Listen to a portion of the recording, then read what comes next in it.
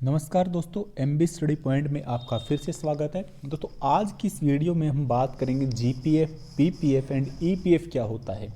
Basically हम तीनों के बारे में जानें कि जनरल प्रोविडेंट फंड, आपका जो पब्लिक प्रोविडेंट फंड या एम्प्लॉय प्रोविडेंट फंड, इनमें डिफरेंस क्या है, इनका एलिजिबिलिटी क्राइटेरिया क्या है। कोई भी एम्प्लॉय, जैसे कि तीनों, ये वैसे दो तो एम्प्लॉय के लिए हैं स्पेसिफिक, एक दूसरा PPF जो आपका पब्लिक प्रोविडेंट फंड होता है वो पूरा इंडियन सिटीजन कोई भी है वो बैंक के थ्रू PPF सर्विस ले सकते हैं। तो इसके अंदर जानेंगे एलिजिबिलिटी क्राइटेरिया इसका क्या है, कौन कौन इसके अंदर कंट्रीब्यूट कर सकता है, कितना अमाउंट इसके अंदर कंट्रीब्यूट करना मैंडेटरी होता है, उसके अलावा इसका मैच्योरिटी कब होता है इस फंड का, उसके बाद विड्रावल प्रोसीजर इसका क्या है, इंटरेस्ट रेट क्या क्या मिलते हैं और कब ये इसका क्लोजर अकाउंट होता है। तो इन सब के बारे में जानेंगे हम। तो पहले आपका जैसे एलिजिबिलिटी क्राइटेरिया हम देख लेते हैं, एक एक चीज़ को हम डिस्कस करेंगे, तीनों का हम लेके चलेंगे साथ साथ में। तो एलिजिबिलिटी क्राइटेरिया की अगर हम बात करें तो जनरल प्रोविडेंट फंड आपका जो GPF, कई इसको इंस्टीट्यूशन में इसको PF यानी शॉर्ट फॉर्म में पब्लिक प्रोविडेंट PF यानी प्रोविडेंट फंड भी इसको बोलते हैं। तो GPF की जो सर्विस होती है वो अवेलेबल होती है खाली गवर्नमेंट एम्प्लॉय के लिए, चाहे हमारे स्टेट के एम्प्लॉय हैं वो, चाहे सेंट्रल गवर्नमेंट के एम्प्लॉय हैं, जो हमारे यानी आप देसी भाषा में कह सकते हैं जो सरकारी नौकरी कार्यरत हैं जो लोग, उनके लिए GPF की फैसिलिटी अवेलेबल रहती है। यानी वो इस फैसिलिटी के थ्रू अपना कॉन्ट्रीब्यूशन कर सकते हैं, फंड अपना एक्यूमुलेट कर सकते हैं। दूसरा PPF क्या होता है, पब्लिक प्रोविडेंट फंड। PPF की सर्विस आपको मिलेगी, आप बैंक के थ्रू PPF की सर्विस ले सकते हैं या पोस्ट ऑफिस के थ्रू भी PPF की सर्विस ले सकते हैं। ये सर्विस अवेलेबल होती है सभी इंडियन सिटीजन्स के लिए, यानी कोई भी इसको ले सकता है। अब आप कहेंगे कि PPF के अंदर आप इन्वेस्ट करो, उससे अच्छा तो आप FD या बैंक में वैसे नॉर्मल डिपॉजिट करके भी आप इंटरेस्ट ले सकते हो, बट उसमें क्या रहता है, FD और नॉर्मल जो सेविंग होती है, अमाउंट आप डिपॉजिट करते हैं, उसके अंदर इंटरेस्ट रेट कम होता है।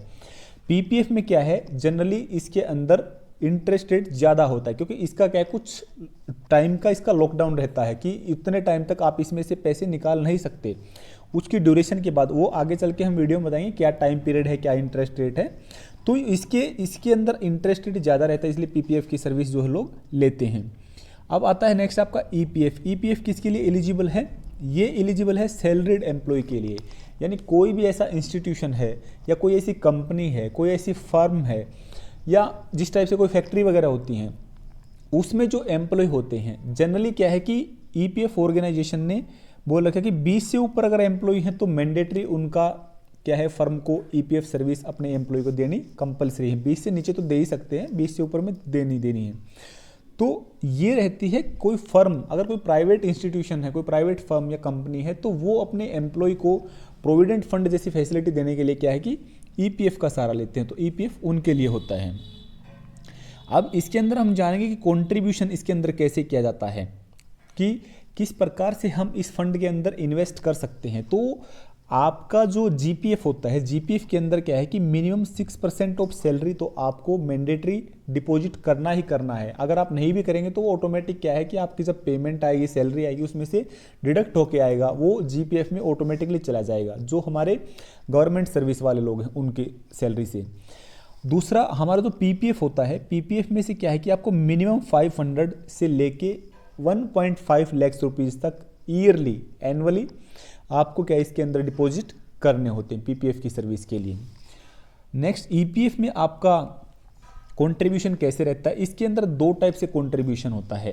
पहला तो कंट्रीब्यूशन करता है एम्प्लॉयर कौन होता है, यानी कि जो एम्प्लॉय को हायर करता है, अपॉइंट करता है वो। दूसरा करता है इसके अंदर एम्प्लॉय, तो दोनों इसके अंदर कंट्रीब्यूट करते हैं। और कंट्रीब्यूट किस टाइप से करते हैं कि 12% रहता उनकी बेसिक सैलरी और DA, बेसिक सैलरी और DA मिलाकर अगर मान लो हो रहे हैं उनके 12,000 रुपये, तो 12,000 का 12% आप निकाल लो, तो 12,000 का 12% जो होगा उतना ही तो एम्प्लॉय कंट्रीब्यूट करेगा, उतना ही एम्प्लॉयर कंट्रीब्यूट करेगा।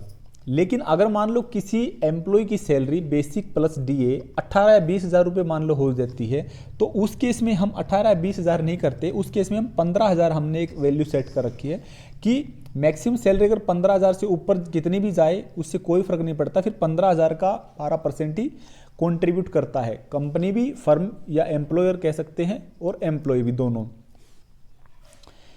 नेक्स्ट अगला आपका आता है मैच्योरिटी। इनका मैच्योरिटी कब होता है, कितने दिन तक ये चलते हैं।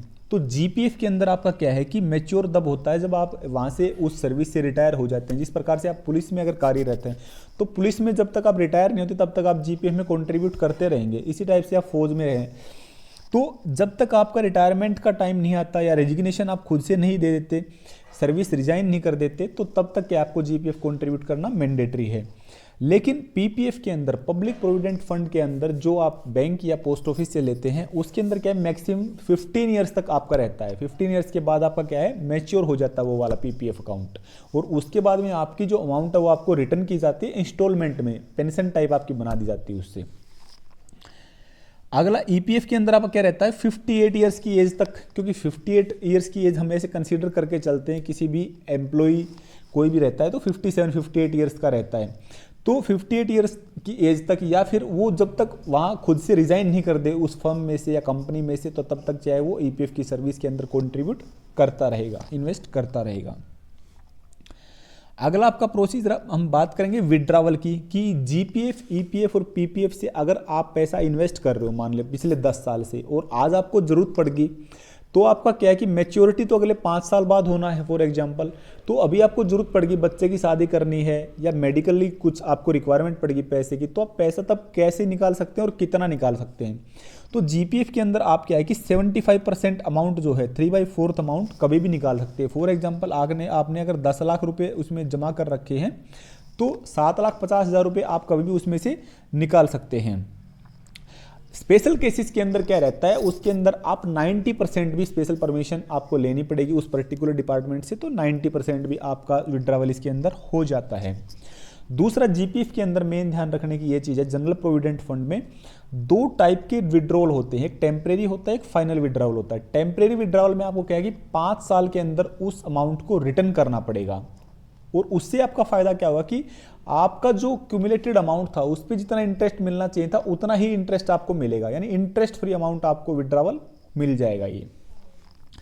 लेकिन पीपीएफ के अंदर, पब्लिक प्रोविडेंट फंड के अंदर आप विड्रावल कैसे करेंगे, इसमें आप विड्रॉवल 7 साल से पहले तो कर ही नहीं सकते। 7 साल आपको इन्वेस्ट करते हुए हो जाएंगे तब आप विड्रॉ कर सकते हैं, और कितनी अमाउंट का कर सकते हैं, जितना आपने 5 साल में, 7 साल नहीं, जितना पहले 5 साल में आपने इन्वेस्ट किया है उसका 50% आप कर सकते हैं। फॉर एग्जांपल, अगर मैं 2025 से इन्वेस्ट करना इसमें शुरू करता हूं तो 2032 में मैं क्या है इसमें से विड्रॉवल कर सकता हूं 7 साल के बाद। ठीक है, ये 7 साल हो गए, और कितना कर सकता हूं कि 2025 में 5 जोड़ दो, 2030 तक मैंने जितना अमाउंट डिपॉजिट किया, फॉर एग्जांपल मैंने 10 लाख किया है, तो 10 लाख का 50% यानी 5 लाख रुपए मैं इसमें से क्या है विड्रॉ कर सकता हूं। इसी टाइप से आप ईपीएफ के अंदर भी क्या है कि पार्शियल आप विड्रावल ले सकते हैं, ऐसा ऑप्शन उसके अंदर रहता है एजुकेशन के लिए, मैरिज के लिए, या कोई ऐसी कंटीजेंसी आपकी आती मेडिकल से रिलेटेड, तो उस कंटीजेंसी में आप विड्रॉ कर सकते हैं अमाउंट।